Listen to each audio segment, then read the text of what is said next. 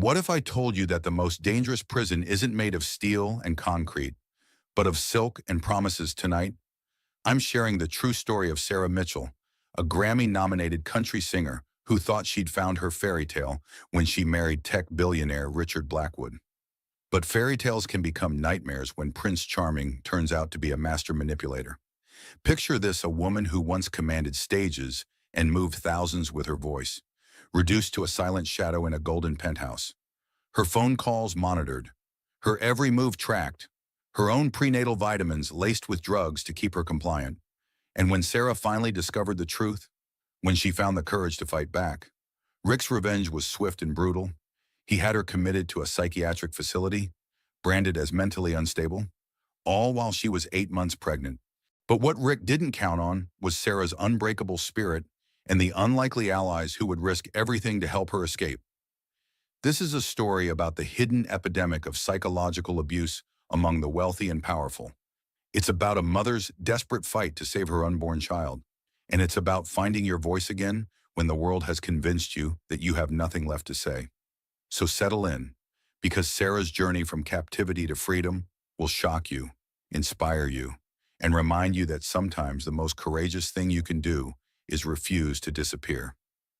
The Nashville skyline glittered through the floor-to-ceiling windows of the penthouse like a constellation of broken dreams. Sarah Mitchell pressed her palm against the cold glass, her other hand resting on her swollen belly, where the baby kicked restlessly at 6 months along. Once, those same hands had strummed guitar strings that made thousands of people sing along at the Grand Ole Opry. Now they trembled as she tried to remember the last time she'd felt truly free. The penthouse stretched behind her like a museum exhibit of wealth and taste. Every piece of furniture had been selected by Rick's interior designer, every painting chosen to impress business associates, every surface polished to mirror perfection. Sarah felt like an artifact in her own home, carefully positioned and maintained, but never truly belonging. "Sarah, darling, you're not ready yet." Rick's voice cut through her thoughts like a blade wrapped in silk. Richard Blackwood stood in the doorway of their master bedroom, adjusting platinum cufflinks that probably cost more than most people's monthly rent. His reflection in the window showed a man who commanded rooms simply by entering them. Tall, broad-shouldered, with the kind of confidence that came from never being told no. His smile never quite reached his steel gray eyes, a detail Sarah had noticed more frequently in recent months. "I'm sorry, I was just watching the sunset," Sarah said, smoothing down her black maternity dress. Everything in her wardrobe was black or navy now. Rick said bright colors made her look childish, unprofessional for a tech mogul's wife. The vibrant blues and greens that had once filled her closet had disappeared gradually, donated to charity during one of Rick's organizational purges. "We can't be late to the charity gala. Senator Williams will be there, and I need to make the right impression." Rick's tone carried that familiar edge that made Sarah's stomach clench. She'd learned to read the subtle variations in his voice like a survival guide. This particular tone meant he was already irritated, and any misstep on her part would escalate the situation. "Remember what we discussed about tonight?" Sarah nodded, though inside she felt hollow. The discussion had been Rick's monologue about how she should smile, agree with everything he said, and avoid mentioning her past music career. According to him, people found it embarrassing when wives clung to failed dreams. The irony wasn't lost on Sarah that her failed dream had included 2 albums, a Grammy nomination, and sold-out tours across the Southeast. As they rode the elevator down to the parking garage, Sarah caught her reflection in the polished steel doors. The woman staring back looked elegant, expensive, and utterly empty. Her auburn hair was styled in the sleek bob Rick preferred instead of the wild curls she'd once worn on stage. Her green eyes, which used to sparkle when she sang, now seemed dim, like lights gradually being turned down. The pregnancy had added fullness to her face, but even that seemed muted somehow, as if the life growing inside her was the only vibrant thing left. "You know I love you." "Right," Rick said suddenly, placing his hand on her shoulder. His grip was firm, possessive, the kind of touch that claimed rather than comforted. "Everything I do is to protect you, to protect our family." Sarah forced a smile that felt like wearing a mask. "I know," but she didn't know anymore. 3 years ago, when they'd met at a music industry party at the Country Music Hall of Fame, Rick had seemed like her knight in shining armor. She'd been burned out from touring, exhausted from the pressure of trying to make it as a country singer in a town full of dreamers. Her second album, Wildfire Dreams, had underperformed commercially despite critical acclaim. Her label had dropped her citing market changes, and she'd been drowning in debt and self-doubt. The music industry's rejection had felt personal, devastating, like a fundamental judgment on her worth as an artist and a person. Rick had swept in with his charm, his success, his promises of a better life. He'd paid off her debts without being asked, moved her into his penthouse with romantic declarations about wanting to take care of her, and convinced her that she deserved rest, security, love. The fact that he was worth $200 million from his tech empire hadn't hurt either. He owned 3 companies that developed software for healthcare systems, and his success story was the kind that got featured on magazine covers. At first, it had felt like a fairy tale written specifically for her. Rick showered her with gifts that seemed thoughtfully chosen, took her to exclusive restaurants where maitre d's knew his name, introduced her to powerful people who treated her with the respect that came from being Richard Blackwood's girlfriend. When he proposed after 6 months with a 5-carat diamond ring at the top of the AT&T building during a private dinner, Sarah had said yes without hesitation. She'd thought she was choosing love over ambition, stability over the chaotic uncertainty of the music business. The warning signs had been subtle at first, disguised as concern and love. Rick suggesting she might be happier focusing on being a wife instead of chasing an impossible dream in an industry that had already rejected her, discouraging her from staying in touch with her musician friends because they were a bad influence who reminded her of painful failures, gradually isolating her from anyone who remembered the passionate, independent woman she'd once been. Each suggestion had seemed reasonable in isolation, loving even, but their cumulative effect had been to strip away everything that made Sarah herself. Now, as their Tesla glided silently through Nashville's streets toward the hotel where the gala was being held, Sarah wondered if she'd made a terrible mistake. But with a baby on the way and no career to fall back on, she felt trapped in a cage made of platinum and promises. "There's something we need to discuss," Rick said as they pulled into the hotel's circular driveway, where valets waited beneath glittering chandeliers. "Emma Williams has been asking questions about you." Sarah's heart skipped. Emma Williams was Rick's personal assistant, a sharp-eyed woman in her 30s who always made Sarah feel like she was being evaluated and found wanting.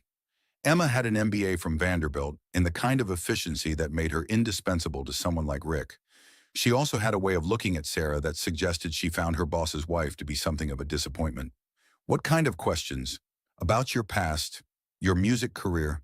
She thinks it might be useful for our company's image if you performed at some of our corporate events." Rick's voice was dangerously calm, the tone he used when he was most angry but trying to control it. "I told her that chapter of your life is closed." Sarah felt a flicker of something she'd almost forgotten. Hope. The idea that someone thought her music might still have value, that she might still have something to offer beyond being Mrs. Richard Blackwood, sent a small thrill through her chest. Maybe it wouldn't be such a bad idea. I mean, I could just do a few songs. Nothing major, just acoustic. Maybe some of the more popular ones from the albums. Rick's hand shot out and gripped her wrist. Not hard enough to leave a mark. Rick was too smart for that, but firm enough to make his point clear. "Sarah, we've talked about this. You're going to be a mother soon. Our child needs stability, not a mother chasing fantasies that already proved to be dead ends." The valet opened Sarah's door, and she stepped out onto the red carpet, Rick's perfect smile already in place as cameras flashed. To the world, they looked like the ideal power couple. Rick, handsome and successful in his tailored tuxedo that probably cost more than most people's cars. Sarah, glowing and elegant in designer maternity wear that had been selected by a stylist Rick had hired. The cameras loved them, and tomorrow's society pages would feature their picture with captions about Nashville's golden couple. But as they walked into the glittering ballroom, past ice sculptures and champagne fountains, Sarah felt like she was walking deeper into a prison she'd helped build around herself. The baby kicked again, stronger this time, as if sensing her distress, and Sarah placed both hands on her belly. "I'm going to protect you," she whispered so quietly that only she could hear, her words lost in the swirl of conversation and classical music. Somehow, I'm going to figure out how to protect both of us. She didn't notice Emma Williams watching from across the room, her expression unreadable as she lifted a champagne flute to her lips and made a note on the ever-present tablet she carried. The charity gala buzzed with the kind of refined conversation that came with seven-figure bank accounts and political connections that reached all the way to Washington.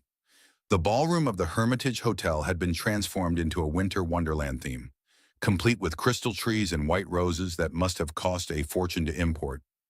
Sarah stood beside Rick, her practiced smile growing more strained by the hour as he regaled a group of investors with stories about his latest tech acquisition. She'd heard this particular story about purchasing a struggling medical software company and turning it profitable 17 times now.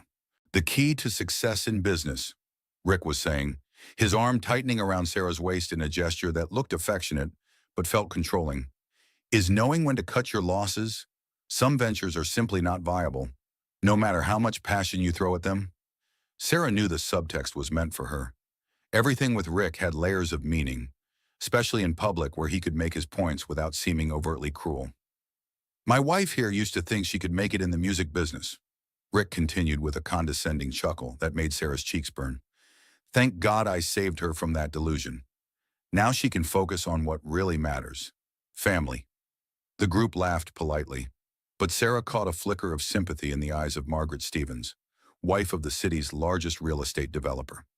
Margaret was in her 60s, with silver hair and kind eyes that seemed to see more than most people. It was the same look people gave wounded animals at the zoo, and Sarah hated that she inspired pity in strangers. Actually, Margaret said carefully, her voice carrying the authority of someone who'd been navigating Nashville's social circles for decades. I remember your music. Sarah, you had such a beautiful voice. My daughter still listens to your album Wildfire Dreams. She says it got her through her divorce.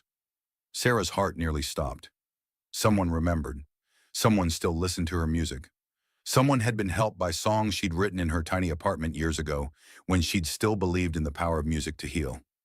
Thank you, she managed to whisper, her voice thick with emotion she tried to hide. Rick's grip tightened painfully, his fingers digging into her side hard enough that she'd probably have bruises tomorrow. That's very kind, but Sarah's moved on to more important things. Haven't you, darling? Before Sarah could answer, Emma Williams appeared at Rick's elbow like a shadow materializing from the wall. She had a talent for appearing exactly when needed, as if she had some sixth sense about Rick's moods and requirements. Tonight she wore a severe black dress that made her look more like security than an assistant. Mr. Blackwood, Senator Williams would like a word in private. He's in the library with some potential donors. As Rick excused himself, leaving Sarah alone with the group, Margaret Stevens moved closer. The other investors had already moved on to discuss tax shelters and vacation homes, leaving the two women in a bubble of relative privacy. Are you all right? Dear, you look a bit pale. Sarah touched her stomach instinctively. The baby had been unusually active all evening, as if picking up on her stress. Sometimes she wondered if unborn children could sense their mother's emotional states, if her anxiety was somehow being transmitted to the little life growing inside her. I'm fine, just tired.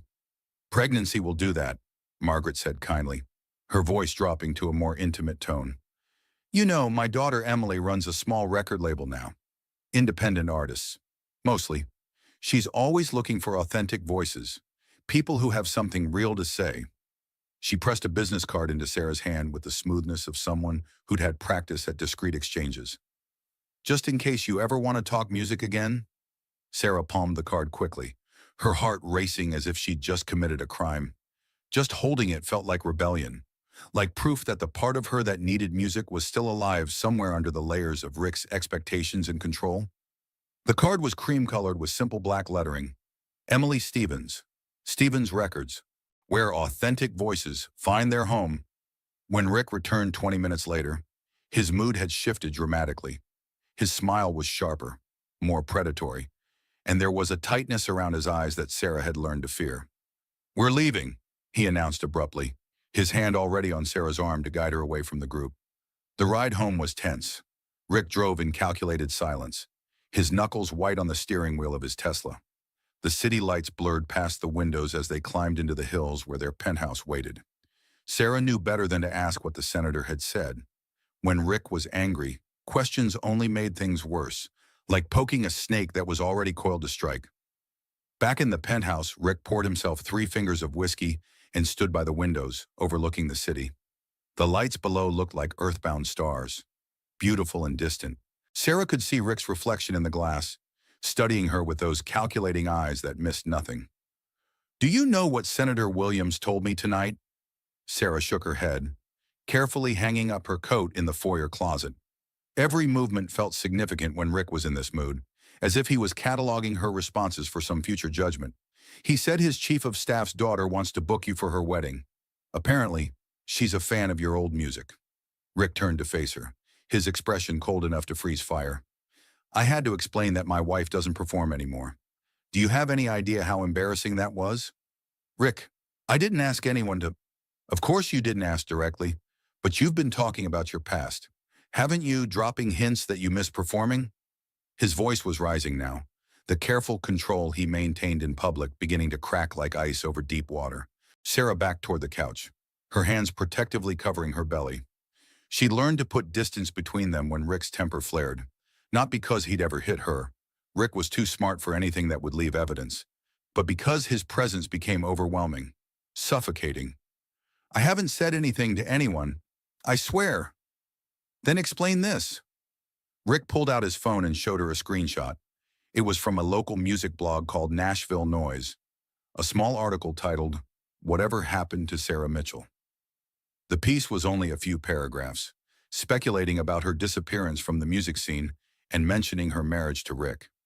The writer had included a photo from one of her last concerts, Sarah on stage with her guitar, looking radiant and alive in a way that seemed impossible now. "I don't know anything about this," Sarah said, her voice barely above a whisper. "I haven't talked to any reporters or bloggers. I don't even know who writes for these sites anymore." Rick's laugh was bitter, harsh in the pristine silence of their home. "Of course you don't. Nothing is ever your fault. Is it, Sarah? You're just an innocent victim of circumstances." He set down his glass with deliberate care and moved toward her with the measured pace of a predator. Sarah's breath caught in her throat. Rick had never hit her, but his psychological control was just as effective. He knew exactly how to make her feel small, worthless, dependent on his approval and support. "I've given you everything," he said, stopping just inches away from her, close enough that she could smell his expensive cologne mixed with whiskey.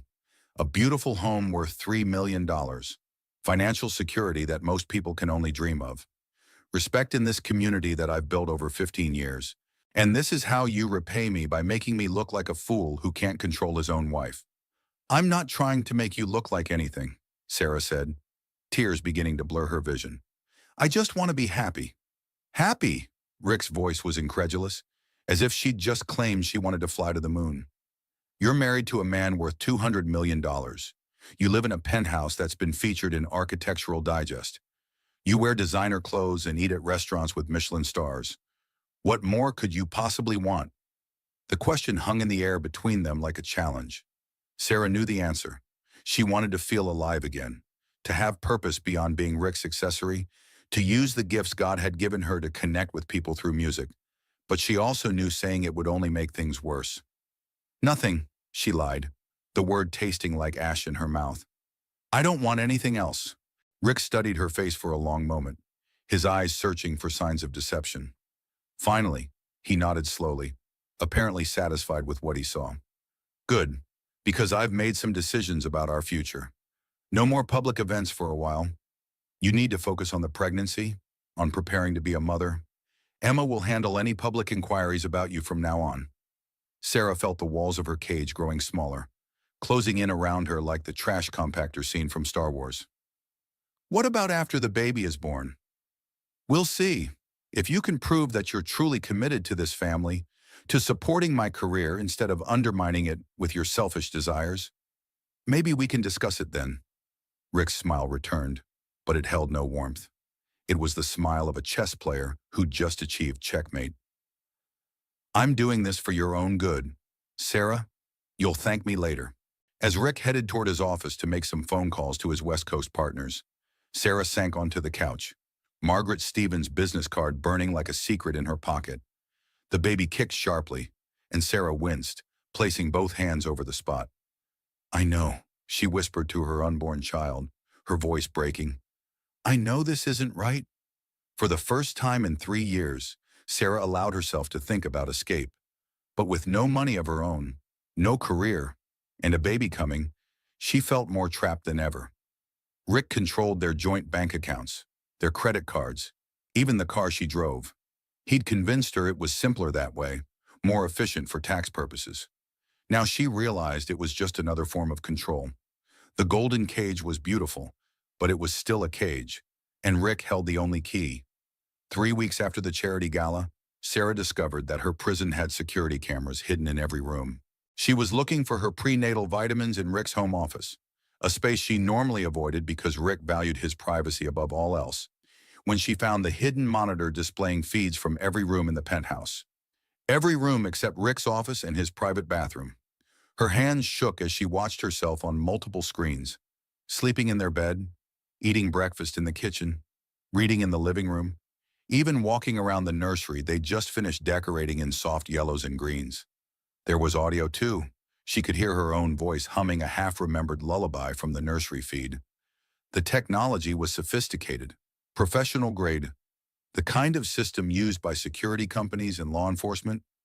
Sarah backed away from the monitor as if it might reach out and grab her, her heart hammering so hard she was sure the cameras would pick up the sound. How long had Rick been watching her? Had he seen her crying in the shower when she thought she was alone? Had he heard her singing quietly to the baby when she thought no one was listening? She'd come to the office looking for her vitamins because Emma Williams had been handling her medical appointments lately, claiming it was part of her expanding duties as Rick's assistant. Sarah hadn't thought much of it until she realized she hadn't seen the vitamin bottle in days. And when she'd asked Emma about it, the other woman had been vague about when the next refill would arrive. Now, staring at the surveillance setup, Sarah understood that her isolation wasn't accidental. It was systematic, carefully planned and executed with the precision Rick brought to all his business dealings. The sound of the elevator doors opening sent her scrambling back to the living room. She grabbed a pregnancy magazine and tried to look casual as Rick walked in with Emma trailing behind him. Both of them engaged in what looked like an intense discussion about quarterly projections. "How's my beautiful wife today?" Rick asked, kissing her forehead with the kind of public affection that photographers love to capture. His affection always felt performative now, like he was playing a role in a movie about the perfect marriage. "Fine," Sarah managed, hoping her voice sounded steadier than she felt.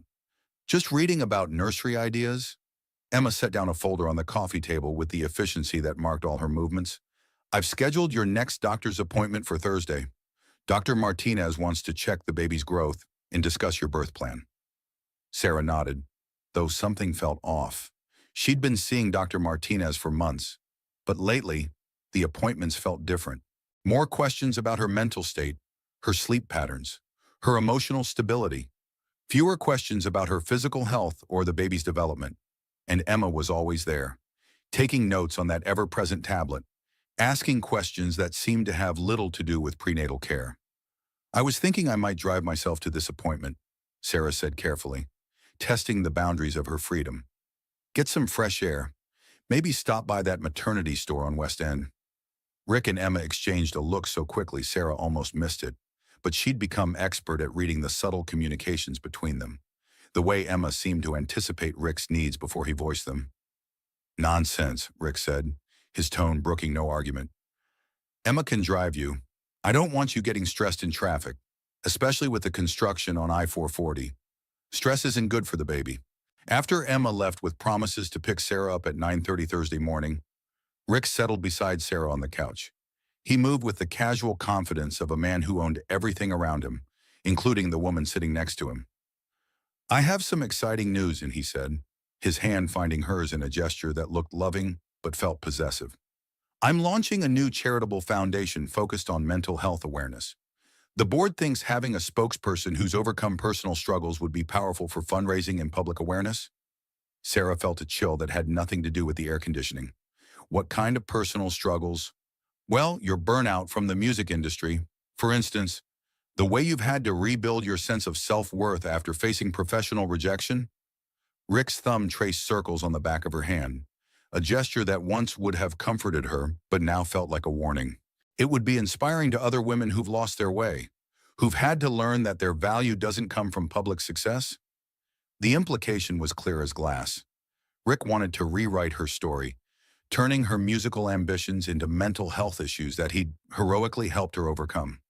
He wanted to use her supposed breakdown as inspiration for other women to abandon their dreams and find fulfillment in supporting their husband's ambitions.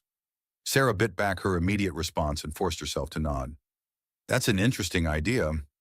I knew you'd see the potential. We could start with some small speaking engagements. Maybe write a book about your journey from delusion to fulfillment. Rick's smile was warm, but his eyes were calculating. Think of all the women we could help. I need to use the bathroom, Sarah said, standing carefully and trying not to reveal how desperately she needed to escape his presence. In the privacy of the master bathroom, Sarah pulled out Margaret Stevens' business card, which she'd been hiding in her makeup bag behind the expensive creams and serums Rick's esthetician had recommended. Her hands trembled as she dialed the number, praying that Emily Stevens would answer, and not some receptionist who might ask too many questions. Stevens Development, this is Emily. Hi, this is Sarah Mitchell. I got your number from your mother. She mentioned you run a record label. Sarah Mitchell. Oh my God, yes, Mom told me she met you at the charity gala. I can't believe you called. Emily's voice was warm, excited, genuine in a way Sarah had almost forgotten existed. I've been a huge fan since your first album. Wildfire Dreams got me through some really dark times after my divorce. Sarah closed her eyes, remembering the rush of connecting with people through music.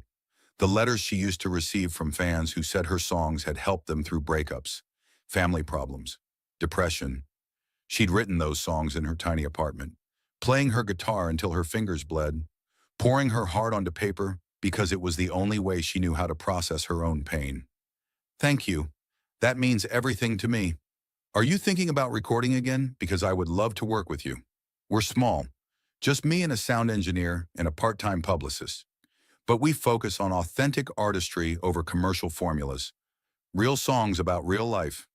I don't know if that's possible, Sarah said honestly, glancing toward the bathroom door. My situation is complicated. Well, if you ever want to talk about it, I'm here. We could even just jam sometime. No pressure. I have a small studio in my apartment above the guitar shop on Music Row. Sometimes the best songs come out when you're not trying to write them. Sarah was about to respond when she heard Rick's voice outside the bathroom door, closer than she'd expected. Sarah, everything all right in there?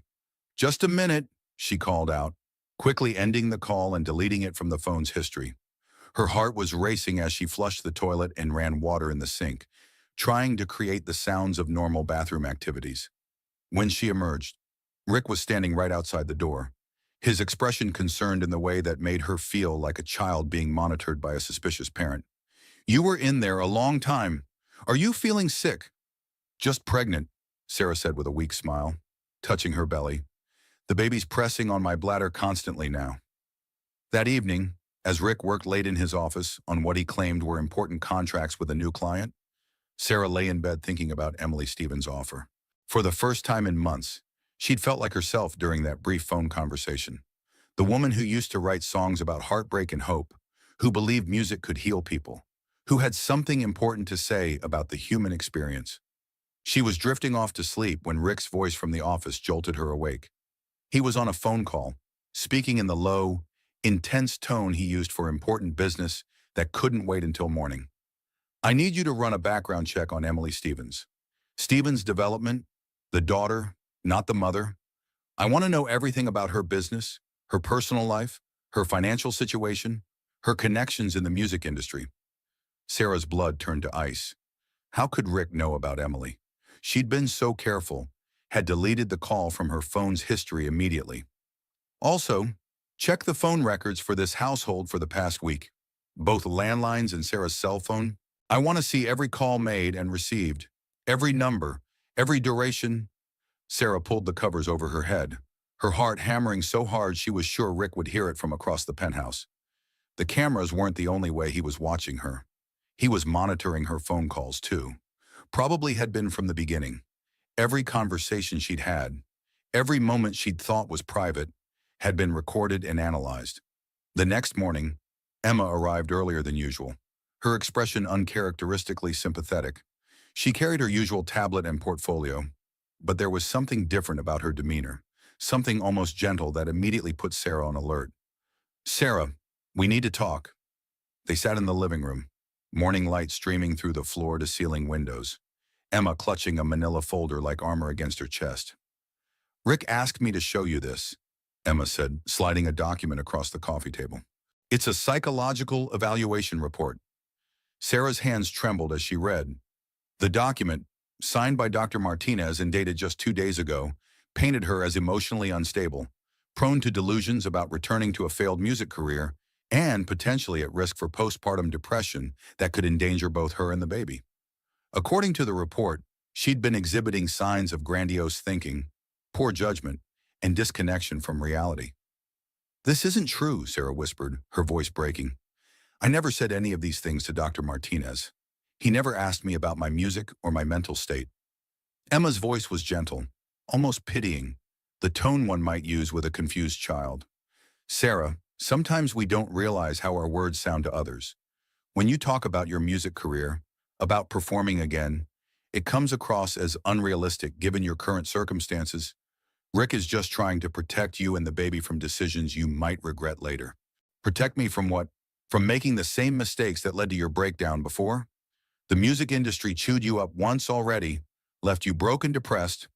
Rick doesn't want to see you go through that again, especially not while you're carrying his child." Sarah looked up at Emma, searching for any sign of the ally she'd hoped to find, any crack in the woman's professional facade that might reveal a human being underneath.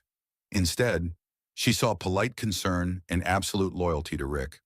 Emma wasn't just following orders, she believed in what she was doing. "I think you should focus on being the best mother you can be," Emma continued, her voice taking on the tone of a guidance counselor or therapist. "That's a beautiful calling. Sarah, the most important job in the world. Don't let past dreams distract you from present blessings." After Emma left, Sarah sat alone in the pristine living room, the fake psychological report spread before her like evidence of her own madness. Rick wasn't just controlling her present, he was rewriting her past and planning her future. He was systematically erasing her identity, replacing it with a narrative of mental fragility that would justify any future control he wanted to exercise. But the worst part was how isolated she felt, with no friends, no family nearby, and now Emma clearly working against her instead of for her. Sarah had nowhere to turn. Rick had made sure of that, had spent 3 years carefully pruning away every relationship that might offer her support or perspective outside his influence. The baby kicked, stronger than usual, and Sarah placed both hands on her belly. "I won't let him do this to us," she whispered, her voice fierce despite her fear. "Somehow I'll find a way."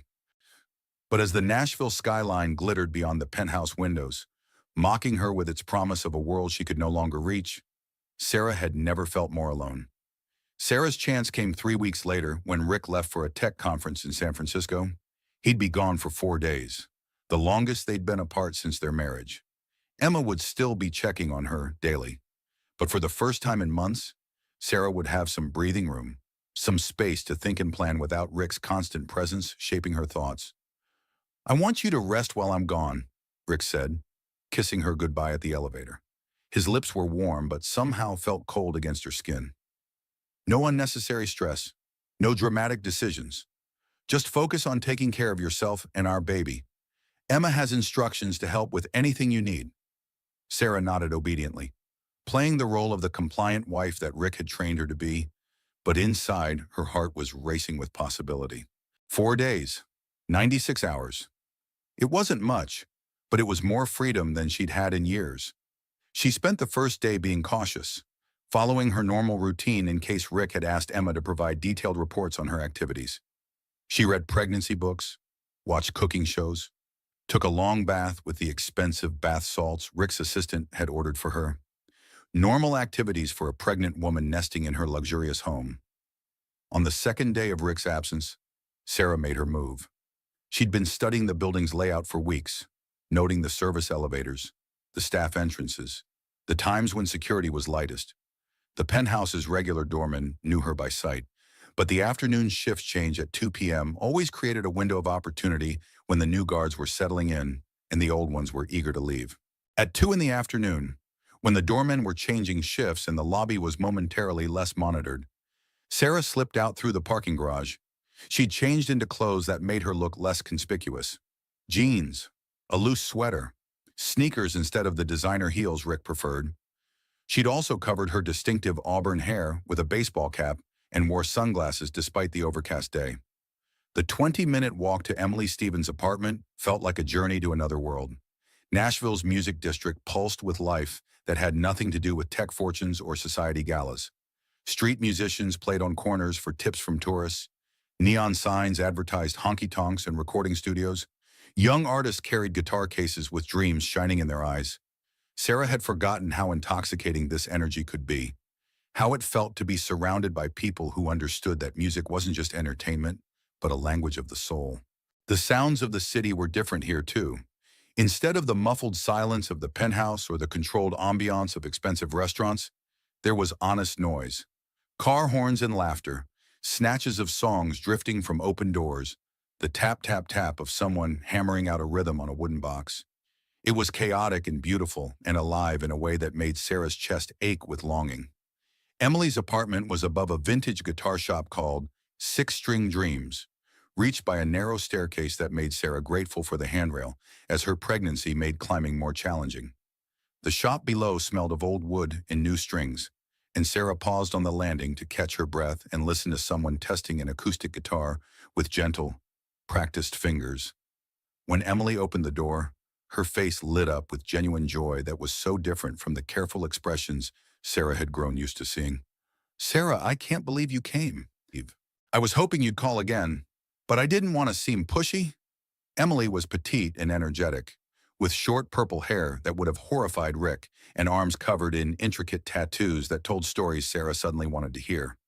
She wore ripped jeans and a vintage concert t-shirt, and everything about her radiated the kind of authenticity Sarah had forgotten existed. "Come in. Come in. How are you feeling? You look amazing. Pregnant suits you." The apartment was small but filled with musical instruments, recording equipment, and gold records from various indie artists Sarah had never heard of but immediately wanted to discover. Nothing matched. Everything had history, and the overall effect was of a space where creativity was more important than coordination. Sarah felt more at home in this cluttered, lived-in space than she had in the penthouse's sterile perfection. "I brought my guitar," Emily said, gesturing to a beaten acoustic in the corner that looked like it had traveled to 1,000 gigs. "Thought maybe we could just play around, see what happens. No pressure at all. Just two people who love music spending some time together." Sarah's hands trembled as she picked up the instrument. It had been almost 3 years since she'd held a guitar, and the weight of it, the feel of the strings under her fingers, brought tears to her eyes. The muscle memory was still there, dormant but not dead, waiting for her to remember who she used to be. "Take your time," Emily said gently, settling cross-legged on the floor with her own guitar. "Music will wait for you." Sarah strummed a few chords, tentatively at first, then with growing confidence as her fingers remembered the patterns they'd played thousands of times before. The sound was rough, her calluses had long since disappeared, and her timing was off, but it was music, real music, flowing from her hands like water after a drought. Then, almost without thinking, she began to play a melody that had been haunting her dreams for months. Soft, melancholy, filled with longing and loss, but also with a stubborn hope that refused to die. It was the song she hummed to her baby in the dark hours of the night when Rick was working late and she felt most alone. "That's beautiful," Emily breathed, her own guitar silent as she listened. "Is it new?" "I wrote it last month," Sarah admitted, her voice barely above a whisper. "I couldn't sleep, so I was humming to the baby, trying to calm down, and this melody just came to me. I've been hearing it ever since." "Do you have lyrics?" Sarah hesitated, then began to sing softly, the words coming from some deep place she'd thought Rick had managed to silence. "Golden cage, silken chains, counting blessings, counting pains. Mirror shows a stranger's face. Lost myself in this embrace. But underneath the polished lies, a broken heart still beats and cries. For songs that nobody will hear, for dreams that disappeared. Emily's eyes were shining with tears by the time Sarah finished. Sarah, this is incredible. The emotion, the honesty, this is what people need to hear. This is real music. Music that matters. For 2 hours, they played together. Sarah rediscovering parts of herself she'd thought were dead and buried. Emily recorded some of their session on her phone, just rough demos. And when Sarah heard her own voice played back, she barely recognized it. There was pain in it, yes, but also strength she didn't know she still possessed. The songs they created together were raw, unpolished, filled with the kind of truth that record labels usually tried to smooth over. Sarah sang about isolation, about losing yourself in someone else's expectations, about the way dreams could be slowly strangled by people who claimed to love you. Emily harmonized and added melody lines that elevated Sarah's words into something larger than either of them could have created alone. I want to help you record this properly, Emily said as Sarah prepared to leave. Exhaustion and exhilaration fighting for control of her emotions. Even if it's just for you, even if no one else ever hears it, you deserve to have this part of yourself documented.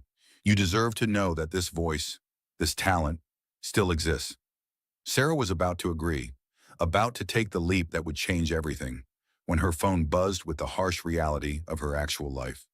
A text from Emma. Stop by to check on you. Where are you? Rick asked me to confirm you're resting as instructed. Panic flooded Sarah's system like ice water. How long had she been gone? How long did she have before Emma called Rick? Before her brief taste of freedom turned into another cage, smaller and more secure than the last. I have to go. I'm sorry. I have to go right now. Sarah, wait. Emily grabbed her arm gently, her touch warm and real in a way that Rick's never was anymore. Whatever's happening in your life, you don't have to face it alone. Music brought you here today for a reason. There are people who want to help you, who believe in what you're capable of. Sarah wanted to stay, wanted to pour out the whole terrible story, wanted to accept the help Emily was offering. But Emma's text had shattered the spell, dragging her back to the reality of surveillance and control and consequences she couldn't afford to face. I'll call you, she promised, though they both knew she might not be able to. Thank you for this. Thank you for reminding me who I used to be. The rush back to the penthouse was a nightmare of anxiety and self-recrimination. Sarah used the service elevator and managed to get back to the apartment just as Emma was letting herself in with her key, her expression shifting from concern to suspicion as she took in Sarah's slightly rumpled clothes and flushed cheeks. There you are, Emma said, her smile not quite hiding her wariness. I was worried when you didn't answer the door. Are you feeling all right? I was napping, Sarah lied, trying to control her breathing and hoping the scent of the guitar shop's old wood and new strings wasn't clinging to her clothes. The baby's been keeping me up at night with all the kicking? Emma's eyes swept over Sarah, taking in details with the thoroughness of a detective. She noted the slight dampness of Sarah's hair where she'd sweated during the walk, the guitar calluses beginning to form on her fingertips, the light in her eyes that hadn't been there in months. Have you been playing guitar? Emma asked, her voice carefully neutral. Sarah's heart sank. Of course Emma would notice. The woman noticed everything. Just a little. I found Rick's old acoustic in the closet. I thought it might help with stress. I read that music can be good for pregnant women. Emma made a note on her ever-present tablet, the electronic stylus moving across the screen like a judge's pen recording a verdict. Well, gentle physical activity can be good for pregnant women, but you should probably check with Dr. Martinez first. Some repetitive motions can cause problems, especially in the third trimester. After Emma left with promises to schedule a checkup for the following week, Sarah collapsed on the couch, her brief taste of freedom already feeling like a dream. But something fundamental had changed. For the first time in years, she'd felt like herself again. The woman who could write songs that mattered, who could connect with people through music, who had something important to say about pain and hope and the human condition. That night, she wrote 3 more songs in her head, humming quietly to the baby as she walked around the darkened penthouse. The melodies came easier now, as if the session with Emily had unlocked something that had been sealed away. She wouldn't let Rick take this away from her again. She couldn't. But when Rick returned from San Francisco the next evening, his first words made her blood freeze. How was your visit with Emily Stevens? Sarah's knees nearly gave out. Her careful lies, her elaborate precautions, her desperate hope for secrecy, all of it had been useless. I don't know what you mean. Rick pulled out his phone and showed her a photograph. Sarah walking into Emily's building, taken from across the street with a telephoto lens that captured every detail of her face, her posture, her guilty expression. I had Emma keep an eye on you while I was gone, Rick said with the calm of a man who was never surprised because he planned for every contingency. I'm disappointed. Sarah, we talked about this. I just wanted to play music again, Sarah whispered, her voice breaking. Just for an hour. Just to remember what it felt like. And look what happened. You're already obsessing, already planning to throw away everything we built together. Rick's voice was patient, like he was explaining something to a child who couldn't understand why fire was dangerous. This is exactly the kind of self-destructive behavior Dr. Martinez warned us about. Sarah stared at him in horror, finally understanding the full scope of his surveillance. You're having me followed. I'm protecting you from yourself. And apparently, it's a good thing I did. Rick moved closer, his expression concerned rather than angry, which somehow made it worse. Anger she could fight against, but this false compassion was like quicksand, pulling her down while convincing her it was for her own good. Sarah, you're 7 months pregnant. This fantasy about returning to music could seriously harm our child. That's not true. Isn't it you snuck out of our home, lied to Emma, put yourself in a stressful situation that could have triggered complications? You met with strangers who could have taken advantage of your emotional state? Rick shook his head sadly, as if contemplating the depths of her poor judgment. I think it's time we considered more intensive support for your mental health.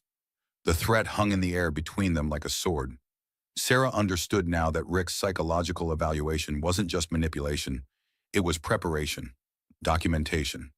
He was building a case that she was mentally unfit, dangerous to herself and the baby, in need of the kind of intensive treatment that would remove her from society entirely. I'll stop, Sarah said quickly, the words tumbling out in her desperation to forestall whatever Rick was planning. I won't see Emily again. I won't play music. I won't leave the penthouse without permission. I promise. Rick's smile was gentle, victorious, the expression of a chess master who had just achieved checkmate in fewer moves than expected. I know you will, because you love our family more than you love those old dreams, because you understand that being a mother is more important than being a failed musician.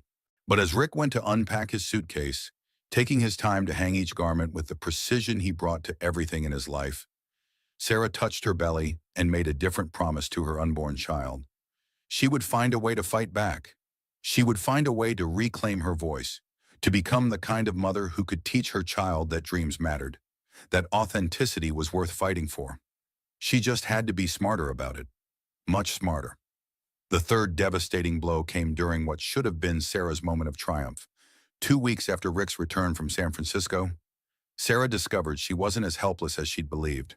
She'd been secretly documenting Rick's behavior, using the voice memo app on her phone to record his controlling statements and threats whenever she could do so without detection. The recordings were damning.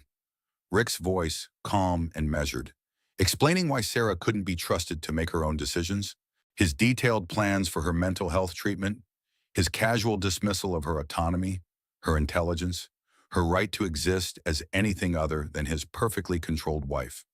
Late one evening, while Rick was in his office on a conference call with investors in Tokyo, Sarah found something that changed everything.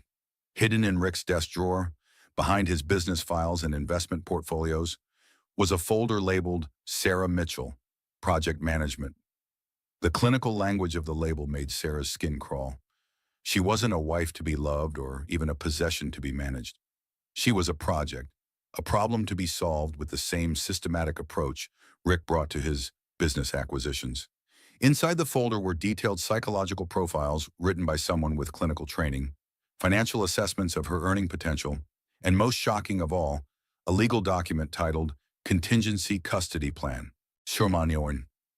The papers outlined a comprehensive strategy for having Sarah declared mentally incompetent and gaining full custody of their child, complete with backup documentation and a timeline that began immediately after the birth. But that wasn't the worst discovery. At the bottom of the folder was a series of emails between Rick and Emma Williams, printed out and organized chronologically. As Sarah read them, her world crumbled around her like a house built on sand. The emails revealed that Emma had been Rick's accomplice from the very beginning, not just an employee following orders, but an active participant in Sarah's psychological destruction. Every conversation Sarah had shared with Emma, every moment of supposed sympathy, every piece of advice about focusing on motherhood had been reported back to Rick in excruciating detail. Emma hadn't just been monitoring Sarah's activities.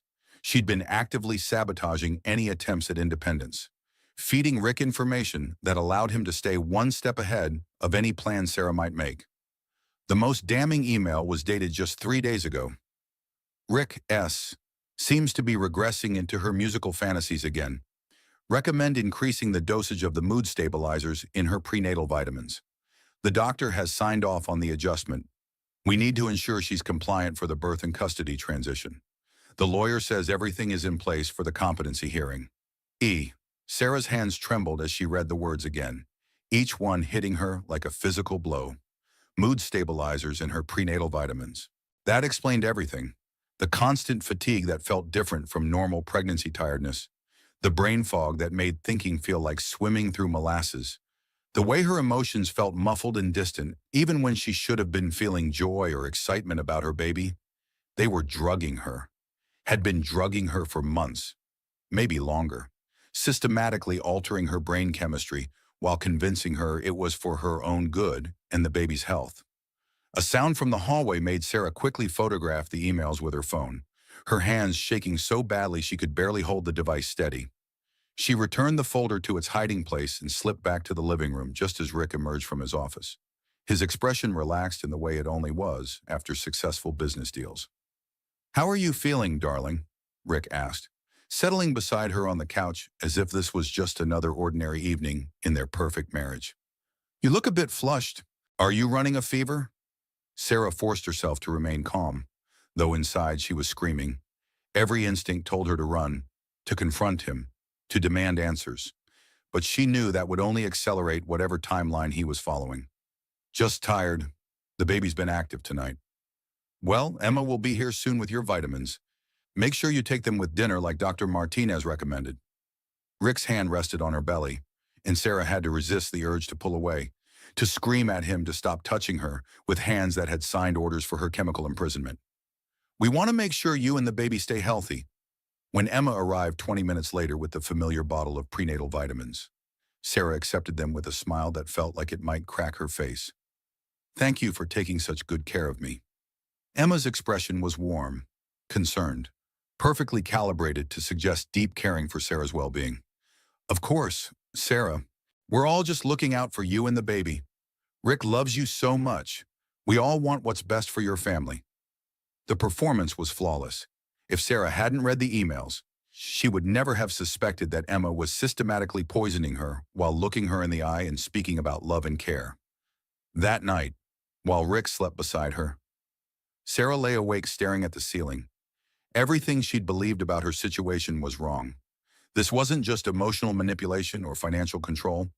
Rick and Emma were chemically altering her mental state, preparing to steal her child, and building a legal case to justify it all. The baby kicked sharply, as if sensing her distress, and Sarah placed both hands on her belly. The little life growing inside her was healthy and strong, despite the drugs they were feeding her. But how much longer could that last? What would happen to the baby after Rick gained custody? Would he continue the same pattern of control and manipulation with their child? The thought filled Sarah with a fury so pure and fierce that it burned away the chemical fog that had been clouding her thoughts for months. She would not let them win. She would not let them steal her child and turn her into another casualty of Rick's need for absolute control. But first, she needed proof that would hold up outside of Rick's carefully constructed reality. The emails were a start, but she needed more. And most importantly, she needed to stop taking the drugs that were clouding her judgment. The next morning, Sarah began her most dangerous game yet. When Emma brought her vitamins, Sarah pretended to swallow them but palmed the pills instead, storing them in a tissue that she later flushed down the toilet. It took all her acting ability to maintain her usual drowsy compliance while her mind began to clear for the first time in months. The difference was remarkable and terrifying. Within 3 days, the fog lifted from her thoughts like morning mist. Her energy returned, and most importantly, her anger crystallized into something useful: determination. But she also realized how much of herself she'd lost to the drugs. How many months had passed in a haze of artificial contentment while Rick systematically dismantled her life. Sarah began to plan her escape with a clarity she hadn't possessed in over a year. She would need money, documentation, and most critically, evidence that would prevent Rick from pursuing custody of their child. The legal system might favor wealthy men like Rick, but it couldn't ignore proof of systematic drugging and psychological abuse. But she was running out of time. Her due date was only 6 weeks away, and Rick's emails suggested that the custody transition would happen immediately after the birth. Once the baby was born and Rick had legal standing as a father, his case would be much stronger. On the fourth day, without the mood stabilizers, Sarah made a decision that would either save her or destroy her completely. She was going to contact Jake Morrison. Jake Morrison had been Rick's biggest rival in the tech industry before a hostile takeover had destroyed his company 2 years ago. But more importantly for Sarah's purposes, Jake had been her friend during her music days, one of the few people who'd known her before Rick's influence had changed her. He'd also been vocal in his criticism of Rick's business practices, claiming in several interviews that Rick used illegal methods to eliminate competition. Finding Jake's contact information required accessing Rick's business files, a dangerous gamble that could expose her plans if she was caught. But Sarah's desperation outweighed her fear. Using Rick's computer while he was in a meeting with his legal team, she located Jake's current information through court documents related to their ongoing litigation. She sent him a carefully worded message from a temporary email account she created. "Jake, this is Sarah Mitchell. I need to meet with you urgently. It's about Rick Blackwood and information you might find valuable for your litigation against him. I have evidence of systematic fraud, illegal surveillance, and other activities that could help your case. Please call the number below, but only between 2 to 4 p.m. when I can talk safely. Time is running out." Wes. She used a burner phone number she'd set up using one of Rick's credit cards, hidden among his business expenses where it wouldn't be noticed among the hundreds of other charges each month. Jake called the next day at exactly 2:15, his voice cautious but intrigued. "Sarah, Jesus, I haven't heard from you in years. Are you all right? You sound different." Hearing a friendly voice from her past, someone who remembered her as a person rather than Rick's project, nearly broke Sarah's composure. "Jake, I'm in trouble, real trouble, and I think I have information that could help both of us." "What kind of information?" Sarah took a deep breath, knowing that once she said the words, there would be no going back. "Evidence that Rick has been systematically destroying people's lives, manipulating legal proceedings, bribing officials, and using illegal surveillance methods. I have documents, emails, recordings, but I need protection, and I need help getting away from him before he takes my baby." There was a long pause, and Sarah could almost hear Jake's mind working, weighing the risks and possibilities. "Sarah, do you understand what you're saying? The legal implications of this if you're wrong, or if this is some kind of setup?" "I understand that he's planning to take my baby away from me and have me declared mentally incompetent. I understand that he's been drugging me for months, and I understand that if I don't act now, I'll lose everything, including my child." Sarah's voice broke, but she forced herself to continue. "I have proof, Jake, real proof. But I need someone who understands how Rick operates, someone who has the resources to fight him." Another pause, then Jake's voice, hard with determination and the promise of revenge. "Where do you want to meet?" As Sarah arranged the clandestine meeting for the following afternoon, she felt something she hadn't experienced in years: hope. But she also knew that Rick's surveillance network was extensive and sophisticated. One mistake, one moment of carelessness, and her last chance at freedom would disappear forever. The baby kicked again, stronger this time, and Sarah whispered, "Hold on, little one. Mama's going to get us out of here."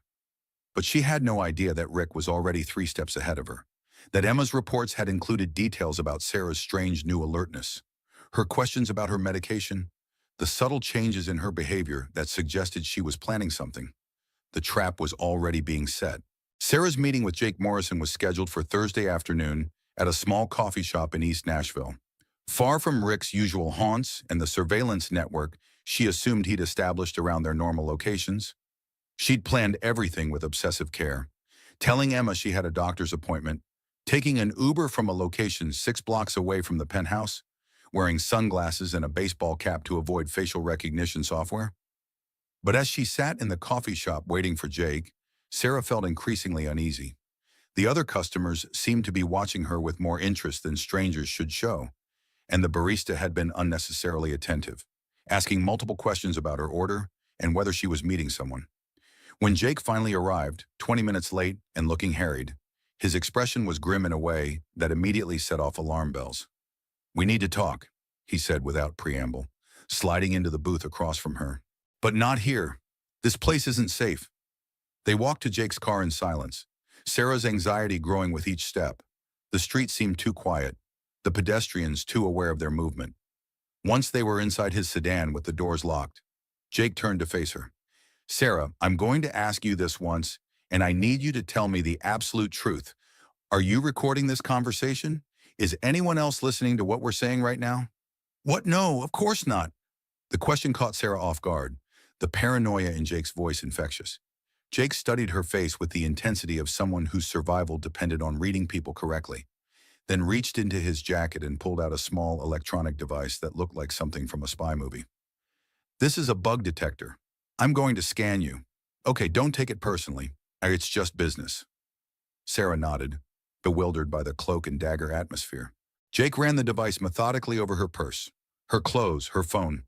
It beeped twice, once at her phone, which was expected, and once at her purse. "What the hell?" Jake reached into Sarah's purse and found a tiny tracking device attached to her wallet, so small she never would have noticed it.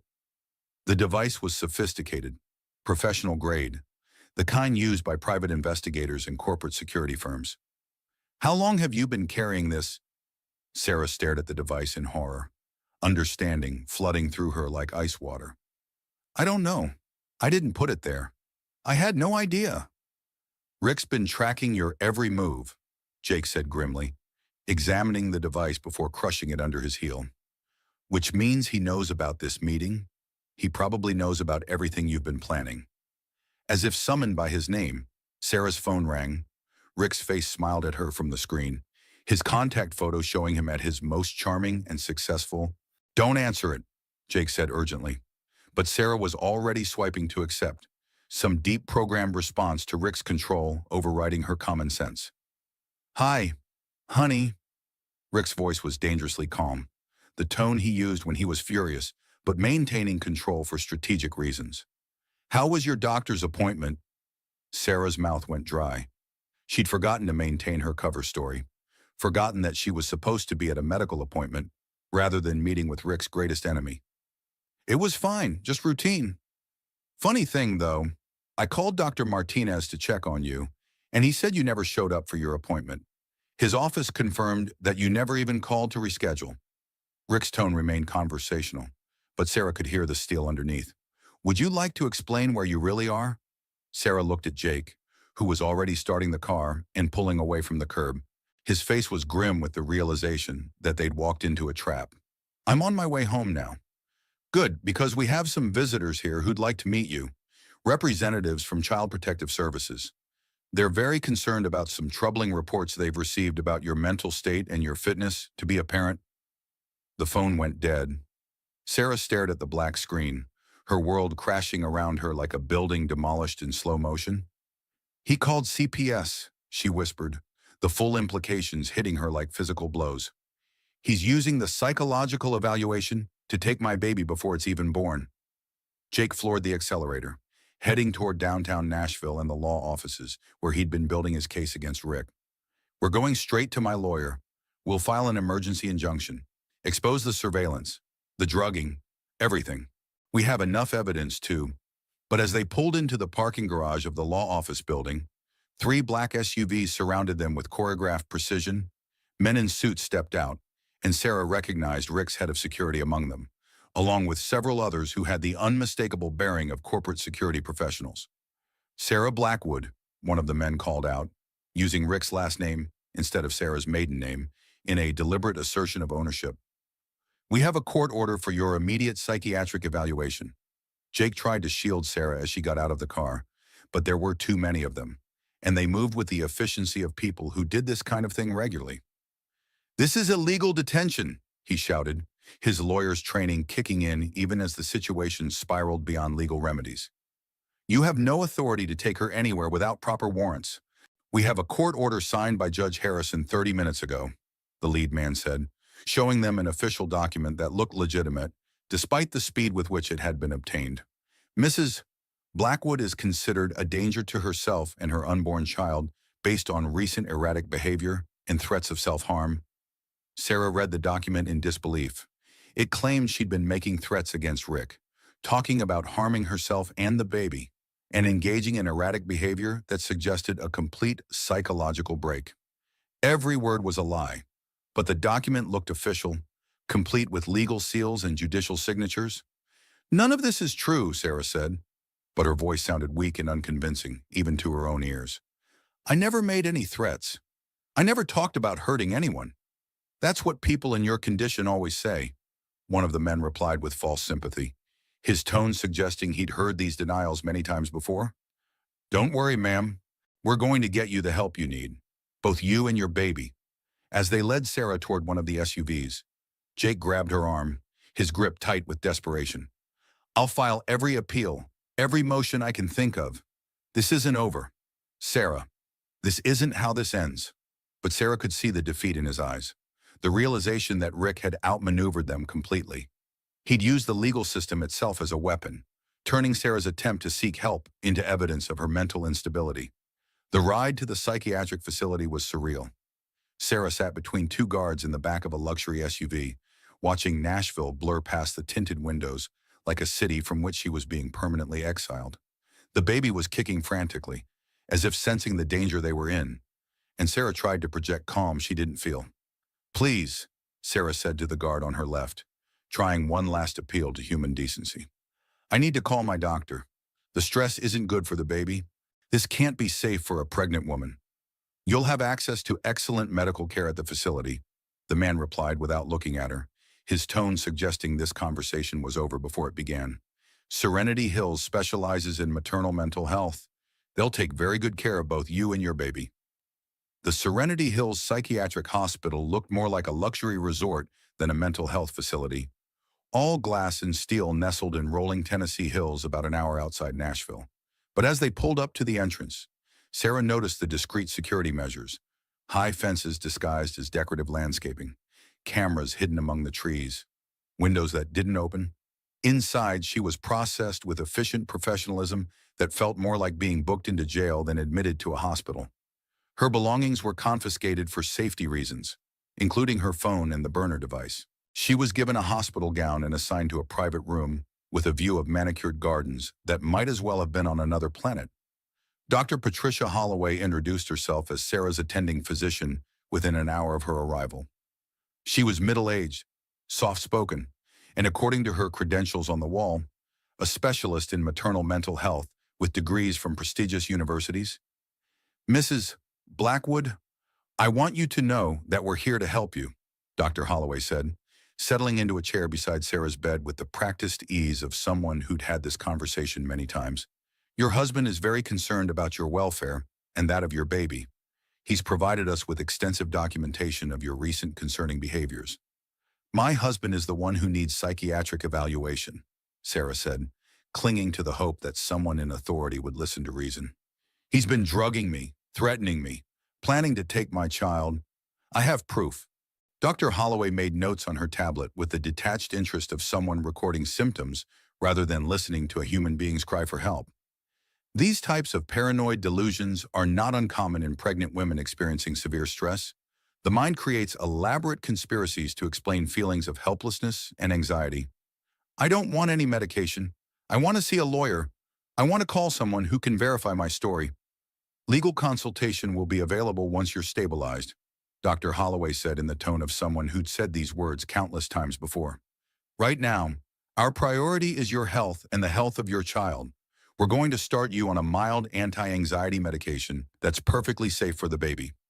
I said I don't want any medication. Mrs. Blackwood, You're here under a court order that gives us the authority to provide necessary medical treatment. Refusing treatment would only confirm the concerns that brought you here. Dr. Holloway's smile was professional, immovable. We want to help you get better so you can be the mother your child deserves. That evening, Sarah lay in the hospital bed watching the sunset through her sealed window. Understanding finally that Rick had won, he'd isolated her completely, discredited her testimony in advance, and positioned himself as the caring husband trying to help his mentally ill wife. But as the baby kicked against her ribs with unusual force, Sarah realized something important. Rick's plan had a fatal flaw. He needed her to be mentally incompetent to justify taking custody, but he also needed her to give birth to a healthy child. That gave her exactly 6 weeks to find a way to turn his own strategy against him. The question was whether 6 weeks would be enough to expose the truth and reclaim her freedom, or whether she would give birth to her child only to watch Rick take the baby away forever. In the darkness of her hospital room, Sarah began to plan her most desperate gambit yet. The psychiatric hospital's daily routine was designed to break down a patient's sense of time and autonomy with the systematic efficiency of a machine designed for that specific purpose. Sarah woke each morning to find her breakfast tray accompanied by pills she refused to take, leading to increasingly stern lectures from Dr. Holloway about treatment compliance and the risks of untreated maternal anxiety disorder. For 3 weeks, Sarah played the role of the recovering patient while secretly documenting everything she observed about the facility and its operations. The place was luxurious but prison-like, with patients who seemed more sedated than treated. She noticed that several of the patients were actually wealthy women whose husbands had found convenient ways to warehouse them during difficult divorces or inheritance disputes. The breakthrough came when Sarah befriended her roommate, a woman named Linda Chavez, whose real estate developer husband had committed her after she'd threatened to expose his money laundering operation to federal investigators. Linda had been fighting the system from the inside for 8 months, gathering evidence and planning her escape with the patience of someone who understood that rushing would only lead to defeat.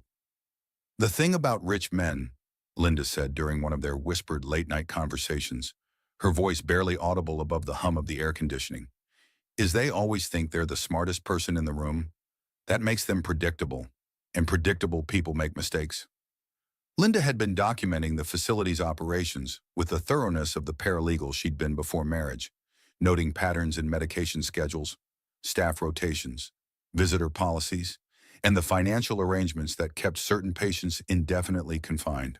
More importantly, she'd been gathering evidence of the systematic abuse that passed for treatment at Serenity Hills. "I have a friend on the outside who's been investigating this place," Linda explained during one of their careful conversations in the bathroom, the only space where they were reasonably sure they weren't being monitored. "Dr. Holloway takes payments from husbands to keep wives sedated and compliant. She's not even licensed in Tennessee. Her credentials are from a medical school that doesn't exist."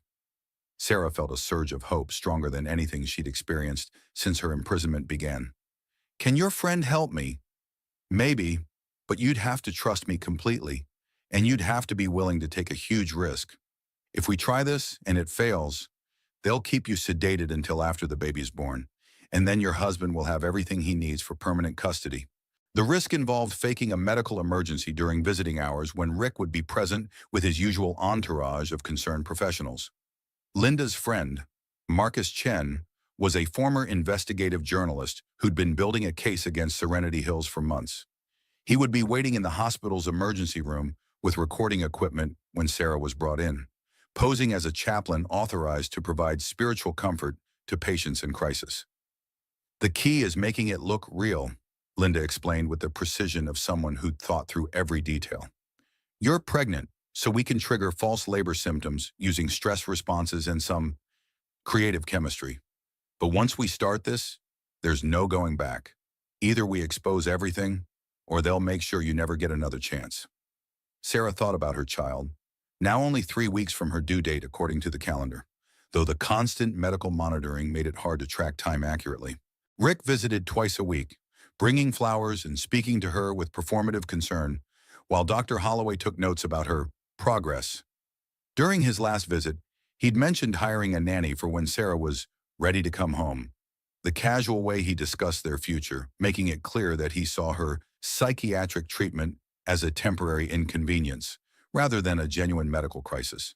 She knew what that meant. Rick planned to control her access to their child from the moment of birth, using her history of mental illness as justification for limiting her parental rights indefinitely.